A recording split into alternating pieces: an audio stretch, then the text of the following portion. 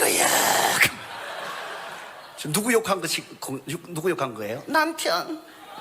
내 편 아니야. 살아보니까 나 내 편이야. 누구 편이든가요? 옆집 아줌마 편이야. 아이고 인간아. 그만하세요. 남편이 어떤 분이세요? 내 인생의 네. 로또야. 정말요? 안 나죠. 잠깐만요. 자, 여러분. 안 나죠. 어떻게 그렇게 안 나죠? 하나부터 열까지 안 나죠. 주여, 하나님 아버지 할 수만 있으면 기도라도 하세요. 데려가세요. 데려가세요. 그만하세요. 자, 여러분. 믿습니다. 뭘 믿어요? 여러분 참 안 맞죠?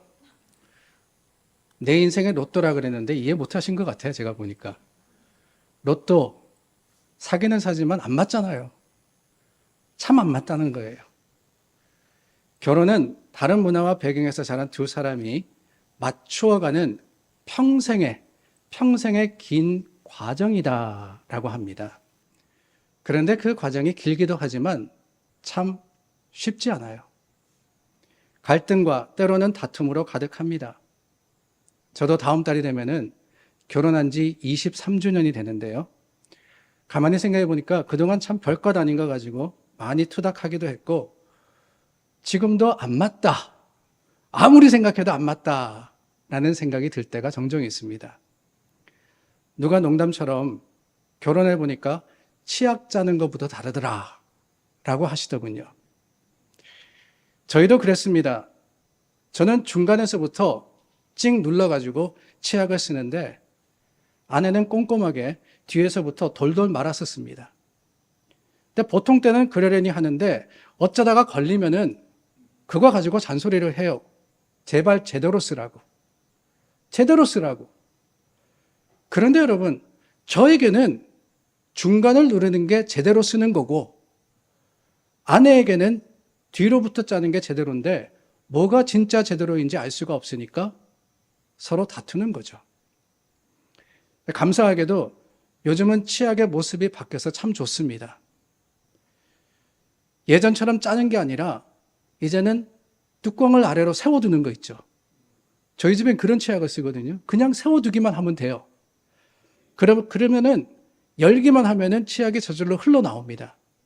중간을 누르든 뒤를 누르든 이 치약은 저절로 모양을 잡아서 항상 바른 모습을 유지합니다. 그러니 둘이 치약 짜는 모습이 다르든 같든 상관없게 되어서 얼마나 좋은지 몰라요. 그런데 여러분, 얼마 전에 보니까 이런 치약도 문제가 있는데 아무래도 치약을 세워둬야 하는데 뚜껑이 제대로 닫히지 않으면은 흘러내릴 수 있습니다. 그래서 닫을 때 딸깍 할 때까지 힘을 줘가지고 꽉 닫아야 돼요. 근데 며칠을 봤는데 아내가 쓰고는 그냥 대충 닫고 딸깍 소리가 날 때까지 잠그질 않았던 겁니다. 그러니까 제가 쓰려고 보면은 치약이 조금 흘러가지고 그 뚜껑 주위가 깔끔하지 않을 때가 있었어요. 하루 참고 이틀 참고 사흘째 되는 날 이건 잔소리 좀 해야 되겠다. 그런 생각이 들더군요. 그동안 제가 받은 서러움이 얼마나 많습니까? 치약 중간에서부터 짠다고. 갚아줄 수 있는 시간이 온 거예요. 그런데 그 순간 든 생각이 뭐냐. 지난주에도 말씀드렸잖아요. 시간이 지나보다 보니까 조금은 똑똑해졌다고. 조금은 지혜로워졌습니다. 그 순간 든 생각이 뭐 그럴 수도 있지. 좀 흘러내리면 어때? 적당히 내가 닦아서 쓰면 되지. 그러고는 말았습니다. 설교 준비하면서 생각해 보니까 더 좋은 방법이 있더라고요. 치약을 2개 쓰면 어떨까? 네 거, 내 거. 네 거, 내 거. 아내도 제가 하는 행동을 보면서 얼마나 잔소리하고 싶은 게 많겠습니까? 로또잖아요, 로또. 하나부터 열까지 안 맞아요. 그런데 여러분, 그렇게 매번 지적하고 잔소리하다 보면은 그 관계가 어떻겠습니까? 깨어지는 거 아니겠어요? 로또처럼 잘 안 맞아도 그냥 냅두면 되는 거 아니겠습니까? 그래, 그럴 수밖에 없어. 인정하면 그만이죠. 그런데 그러고 보면은 우리는 자기와 다른 것을 쉽게 용납하려 들지 않습니다. 자기와 다른 것은 다 틀렸다라고 하는 엉뚱한 고집이 우리에게 있더라는 거예요. 그러다 보니까 서로 얼굴 붉히고 마음이 상합니다. 안 맞는 건데, 서로가 다른 건데 틀린 거다라고 하니까 거기에 갈등이 있을 수밖에 없는 거잖아요. 그러면 행복하지 못합니다. 어디 가정뿐입니까? 교회도 그래요. 우리의 행복은 나와 다른 것을 인정해주고 존중해 주는 것으로부터 시작된다라는 사실을 우리는 알아야 하는 거예요. 본문 23절과 24절 말씀 아닙니까? 모든 것이 가하나 모든 것이 유익한 것은 아니요 모든 것이 가하나 모든 것이 덕을 세우는 것은 아니니 누구든지 자기의 유익을 구하지 말고 남의 유익을 구하라. 모든 것이 가하나라고 했습니다. 여기서 말씀하시는 가하다라고 하는 것은 단순히 할 수 있다라는 의미가 아닙니다. 이 가하다라고 하는 것은 정당하다, 맞다라는 그런 의미로 해석하는 것이 더 적절합니다. 즉 모든 것이 맞다, 모든 것이 옳다고 해도 유익하지 않으면은 하지 말라는 거예요. 그런데 잘 보세요. 여기에 유익은 내 유익이 아니라 남의 유익입니다. 그게 신앙인의 모습이어야 한다라고 하는 것이지요. 어느 교회 파킹장에 누군가가 자꾸 주차를 합니다. 분명히 교인차는 아니고 동네 주차 자리가 부족하다 보니까 주민들이 슬쩍슬쩍 세우는 것 같아요. 혹시라도 뜻하지 않게 사고라도 생기면 복잡한 문제가 되기도 하고 교인이 사용해야 하는데 자리가 부족하면 불편하니까 경찰을 불러다가 세워진 차들을 끌고 가게 했습니다. 분명히 불법으로 주차된 차이고 교회 사유지이기 때문에 법적으로 보면은 맞는 일입니다. 그런데 그 동네 주민과 교회 간의 관계가 어떻게 되었겠어요? 사사건건 무슨 일이 있을 때마다 주민이 반대하고 교회에서 조금이라도 집회를 한다라고 하면은 시끄럽다고 신고하고 그렇게 불편하고 힘들게 되어버렸습니다. 근데 그 반면에 같은 상황에 있었던 또 다른 교회는 동네 주민의 불편함을 이해하고 주위에 안내하여서 교회 모임 시간 외에는 자유롭게 주차하도록 허락을 했어요. 다만 법적으로 문제없도록 서로 의논해서 협약을 맺었습니다. 어떻게 되었겠어요? 교회가 뭘 한다고 하면 지역사회가 앞서서 도와주고 동네 한인이라도 이사 오게 되면은 저기 교회가 있으니까 저기 좋은 교회가 있으니까 안내해 주기 시작을 했습니다. 사유지를 지키는 거 합법이죠. 불법 주차 차량을 신고하고 끌고 가게 하는 것도 맞는 일입니다. 그러나 과연 그게 유익한 것이며 덕을 세우는 것이냐라고 할 때 그렇지 않을 수가 있다는 거예요. 바울은 정당한 것이라고 할지라도 모든 것이 유익하고 덕을 세우는 것이 아니기 때문에 더 중요한 것이 있는데 그게 뭐냐? 그게 바로 사랑이다라고 말씀하고 있습니다. 예수 그리스도의 십자가 은혜로 구원받은 성도는 믿음 안에서 자유를 누리는 자유인임은 틀림없습니다. 그러나 그 자유, 주님께서 우리에게 주신 자유는 자신만을 위해서 마음껏 누리라고 주신 것이 아니라고 하는 거예요. 그리스도인의 자유는 상호 간의 관계 속에서 특별히 상대방의 유익을 위해서 사용되어야 하는 것이다 라고 하십니다. 가만히 보면은 목에 칼이 들어와도 할 말은 해야 한다라는 분들이 있으십니다. 이런 분들은 불의를 보면은 절대로 못 참아요. 불의에 대항해서 바른 말 하는 거 정말 귀한 일입니다.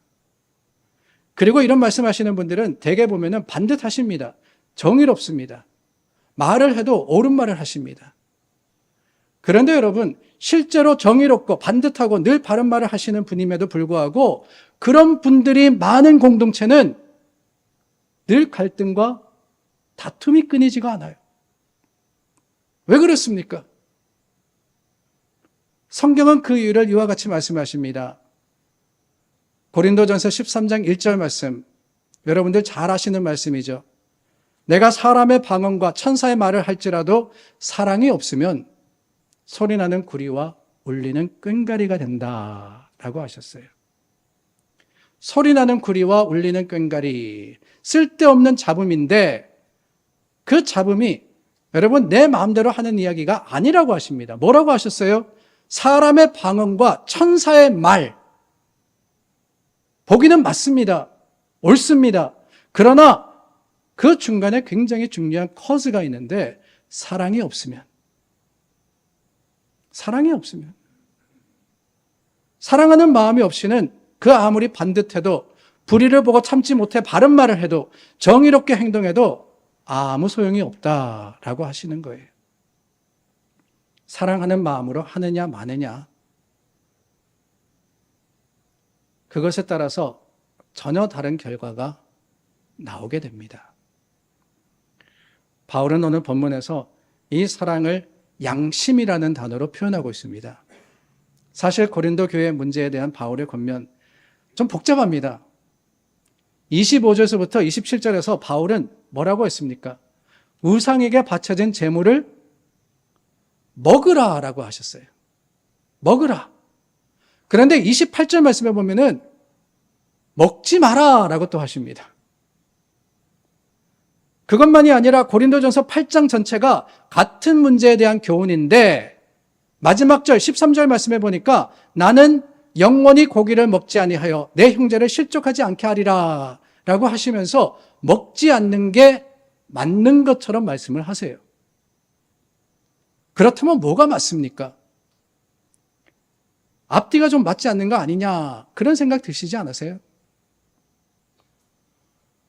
우리가 먹고 말고 라는 행위에 집중을 하다 보니까 헷갈립니다. 그런데 실은 오늘 본문의 핵심은 그게 아니라 양심을 위하여 라는 이 구절이에요. 양심을 위하여. 양심이라 그랬습니다. 양심의 사전적인 의미는 옳고 그름과 선함과 악함을 판단하는 도덕적인 의식이다라고 되어 있습니다. 근데 바울이 사용한 양심이라는 단어는 그저 사회적인 도덕만이 아니라 하나님의 주신 능력, 우리 안에 주어진 어떤 판단의 힘을 의미합니다. 그런데 그렇다 그래서 하나님이 주셨다 그래서 우리의 양심이 다 옳은 것이냐? 그것은 아니라고 하세요.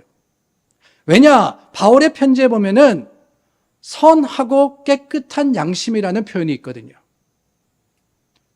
똑같이 하나님께서 주신 능력이지만 그 가운데 약한 양심도 있고 강한 양심도 있더라라고 하시는 겁니다.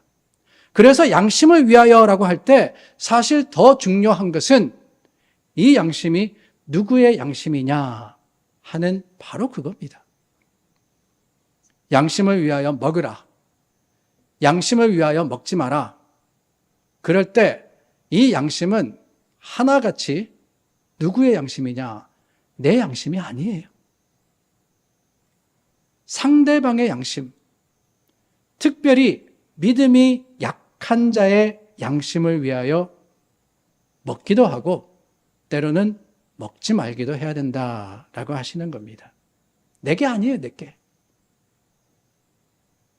믿지 않는 자, 그 믿음이 약한 자들의 양심을 위해서 그렇게 하라라고 하시는 것이고, 먹지 마라고 하시는 것도 재물을 먹으면 안 된다고 생각하는 사람의 양심을 위해서 하라고 하시는 겁니다.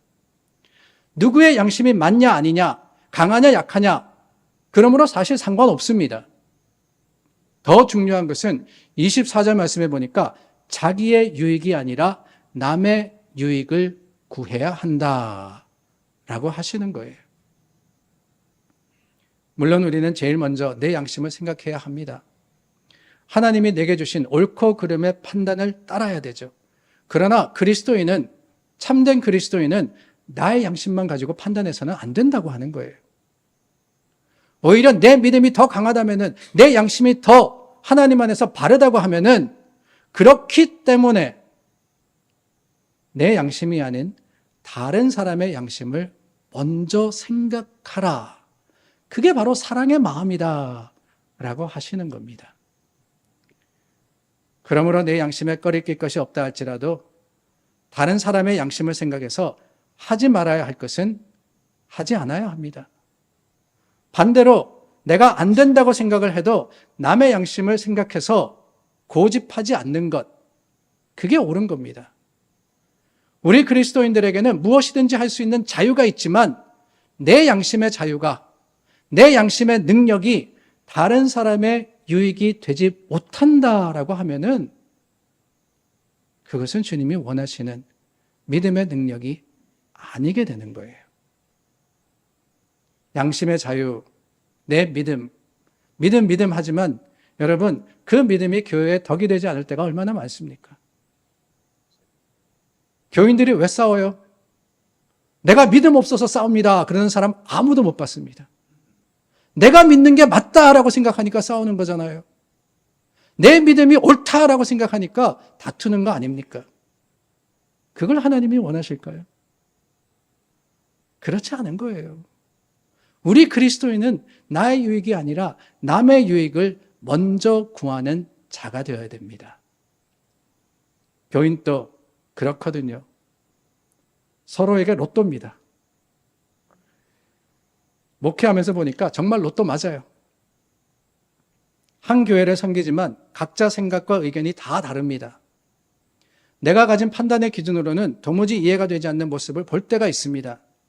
신앙생활은 이렇게 해야 한다고 배웠고 평생 나는 그렇게 해왔는데 주위를 둘러보니까 그렇게 안 하는 사람이 더 많아요. 특별히 다른 세대를 볼 때 도무지 용납하지 못할 때가 있더라는 겁니다. 한 번은 한 집사님이 절 찾아오셔서 불평을 하셨어요. 젊은 집사님이 새벽 기도에 참석하시는데 아니 자꾸 모자를 쓰고 와서는 모자 쓰고 앉아서 예배를 드린다는 겁니다. 거룩하고 경건한 예배 자리에 모자 쓰고 앉아 있는 게 말이 되냐? 나는 그렇게 안 배웠다. 그러시면서 제게 말씀하시는 거예요. 목사님, 불러다가 따끔하게 혼내세요. 교회에서는 예배 드릴 때는 모자 쓰면 안 된다고 가르치세요. 근데 이야기를 들어보니까 그 모자 쓰시는 집사님은 나름대로 이유가 있더라고요. 새벽 시간에 서둘러서 교회에 오려고 보니까 머리가 단정하지 못해가지고 모자라도 쓰고 와야겠다. 그런 생각을 했다는 거예요. 곤란했습니다. 그렇게라도 열심히 기도하겠다는 분도 이해가 되고 예배에 모자 쓰고 앉아있는 게 용납되지 않는 분도 이해가 되고 목회자가 그러다 옳다라는 것을 판단해 주기를 원하시는데 그러지 못하겠는 거예요. 그래서 엉검주처럼 있다 보니까 이 문제를 제기하신 집사님이 답답하셨는지 직접 가셨어요. 그 모자 쓰신 집사님에게 한마디 하시는 바람에 두 분이 다투시고는 마음이 상하셔서 교회가 시끄러웠던 적이 있습니다. 여러분, 뭐가 맞습니까? 모자 쓰고라도 교회 오는 게 맞습니까? 아니면은 모자 쓰지 않는 게 맞습니까?